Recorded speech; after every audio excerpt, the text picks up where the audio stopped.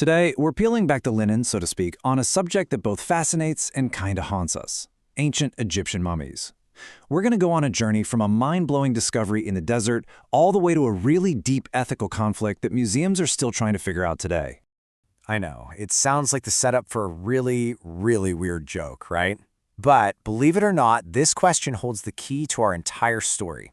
It connects the highest, most profound reverence for the dead with, well, the most casual and shocking disrespect you can imagine. Let's start with that donkey.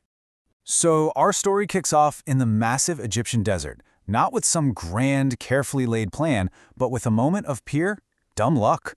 And honestly, that's a theme you see again and again in Egyptian archaeology. Some of the absolute biggest finds happen completely by accident. And boom! Just like that, a simple trip uncovers something absolutely extraordinary. The famous archaeologist Dr. Zahi Hawass tells the story of how, back in 1996, an antiquities guard was just riding his donkey when the animal's legs suddenly plunged right into a hole. Turns out that hole was the entrance to a lost necropolis. This all went down in the Baharia Oasis, which is way out there, deep in the desert. The guard's report kicked off an excavation that would just stun the world, uncovering what we now know as the Valley of the Golden Mummies. So what exactly did they find? Well, in just the first 4 tombs they opened, the team brought out 105 mummies from the Roman period. And many of them were beautifully gilded. I mean, their gold leaf was literally shining in the sun after 2,000 years of total darkness. You see, this discovery wasn't just about gold. It created this immediate, powerful human connection. For Dr. Hawass, these weren't just objects or ancient artifacts. They were individuals. He felt like he was looking right into the eyes of people who lived and breathed 2 millennia ago. But, and this is a big but, this sense of reverence, it's a pretty new thing. To really get why mummies are such a dilemma today, we have to rewind and look at a much, much darker chapter in our relationship with them. We're talking about an era of pure obsession and exploitation. Yep, back in the 19th century, Europe and America were completely gripped by what we now call mummy mania. And this wasn't just a fascination. It came from a colonial mindset that saw ancient cultures not as equals, but as resources, things to be plundered. Mummies became the ultimate prize, but they were never seen as people. They were seen as raw material. And what was this raw material used for? Well, you're not going to believe this, but starting way back in the 12th century, mummified remains were ground into a powder called mummia and sold as medicine. Yeah. Later, their resins were used to create a rich brown paint called mummy brown that artists actually used. And maybe weirdest of all, they became entertainment. You heard me right. Parties. Wealthy Victorians would actually buy a mummy, invite all their friends over, and unwrap it layer by layer as a bizarre party trick. It is the ultimate example of objectification. These weren't seen as human beings who deserve respect. They were just curiosities, stripped bare for the morbid fun of a crowd. And this casual desecration became disturbingly common. Tourists would buy mummified body parts like they were souvenirs. This quote from a museum's records is just staggering. A human foot brought back home in a biscuit tin. It just shows this complete chilling disconnect from the person it once belonged to. Okay, so let's just take a breath. Because this is a million miles away from how the ancient Egyptians themselves saw things.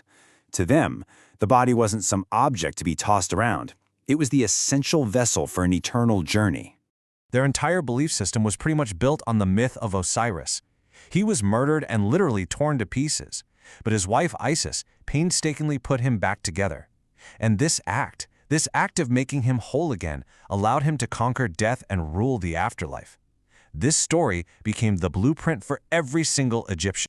So you see, for the ancient Egyptians, mummification wasn't about preserving a dead body, it was about ensuring the wholeness of the individual. A complete, unified body was the essential vehicle for the soul's entire journey into the afterlife and beyond. So to dismember a mummy, that was to completely sabotage its chance at eternity. And their idea of a soul was incredibly complex too. It wasn't just one single thing. You had the Ba, which was like your personality, a part of you that could fly out of the tomb as a bird and visit the living. Then you had the Ka, your life force, which stayed with the body to receive offerings of food and drink. And both of them needed the physical body as their home base. You know, it's really through the dedicated work of researchers at places like the University of Athens that we can even begin to understand just how profound and complex these ancient beliefs really were. So now we've got these two completely opposing worldviews. On one side, you have the ancient Egyptian belief in the sacred, unified body as a vessel for eternity. And on the other, you have the Western view of the mummy as a resource, a souvenir, an object. It's a total clash. And it wasn't just the body that was so critical. The person's name was everything. For ancient Egyptians, your name was a core part of who you were. To speak it was to make you exist. To erase it was to condemn you to total oblivion, a second and final death. And that brings us to the real tragedy of mummy mania.